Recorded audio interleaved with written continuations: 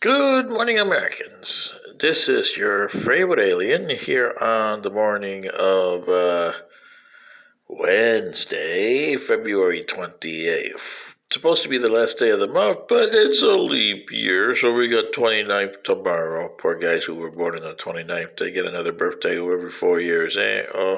Yeah. Well, today's commentary is on the lesson that you Americans, especially, or humans, but especially Americans, have to learn about your planet.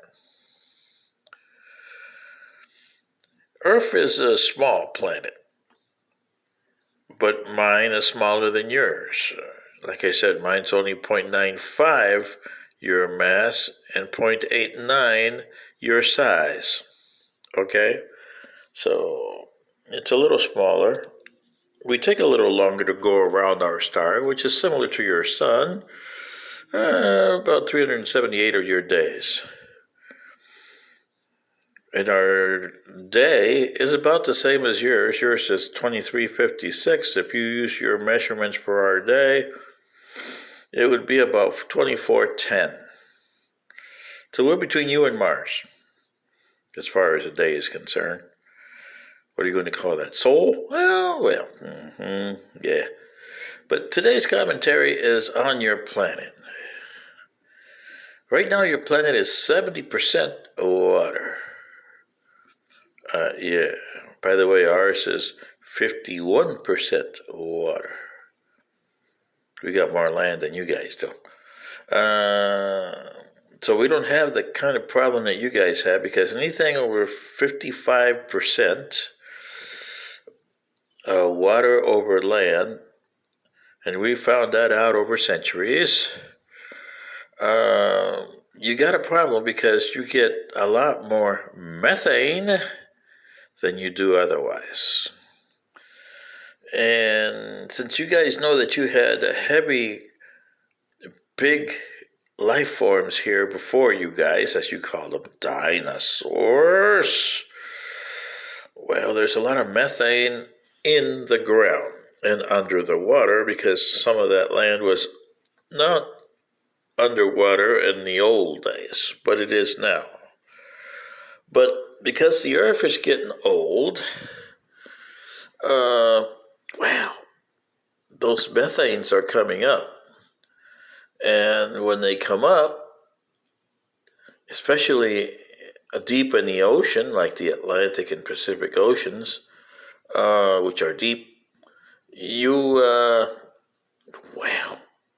have all kinds of problems with that methane. It's a big bubble that comes up. I mean, some of those bubbles, when you have gas in your bodies and you go, imagine that a million times more than what you get when you go. And whether you're human, male or female, sometimes you go. Sometimes in unfortunate situations where people are around, sometimes it's just you by yourself, and that's the release of methane. Okay? And that's what happens to the earth. If it happens underwater, deep underwater, you get a big bubble, and some of those bubbles can be 2 to 10 miles wide. Okay? And about anywhere from 100 to 1,000 meters in length. So if you go 2 miles down from the earth, by the time it gets to the surface and goes, you get a big, huge schism. And the water goes down, and if you got a ship up there, there's nothing but an abyss. I mean, all he would see is just an open area. Big hole. I mean, a big hole. And you could see down there, 2 miles deep maybe. And, if you're on the ship, so long, sayonara, see you later. Oh, happy trails to you. because the water closes back and nobody knows you were there. Same thing in the air. It could do a lot of turbulence, and aircrafts could go right down the abyss. Yeah. And another thing of methane, okay, if it blows up in the air and say, right now, you guys got almost, 8 billion people here? And what do you do with methane? Nothing at all. You take your waste and you put them there, and sometimes you throw them in the ocean. Or some countries would put them into landfills. But if it blows up on land, people, or goes in the atmosphere and gets hit by a bolt of lightning, you could have oxygen deprivation because it eats up the oxygen in a hurry. So that you have to worry about, because you got a lot more methane coming out of the earth than you do carbon dioxide. So, you scientists with your watermelons for brains over there, better look into this before you get blow-ups.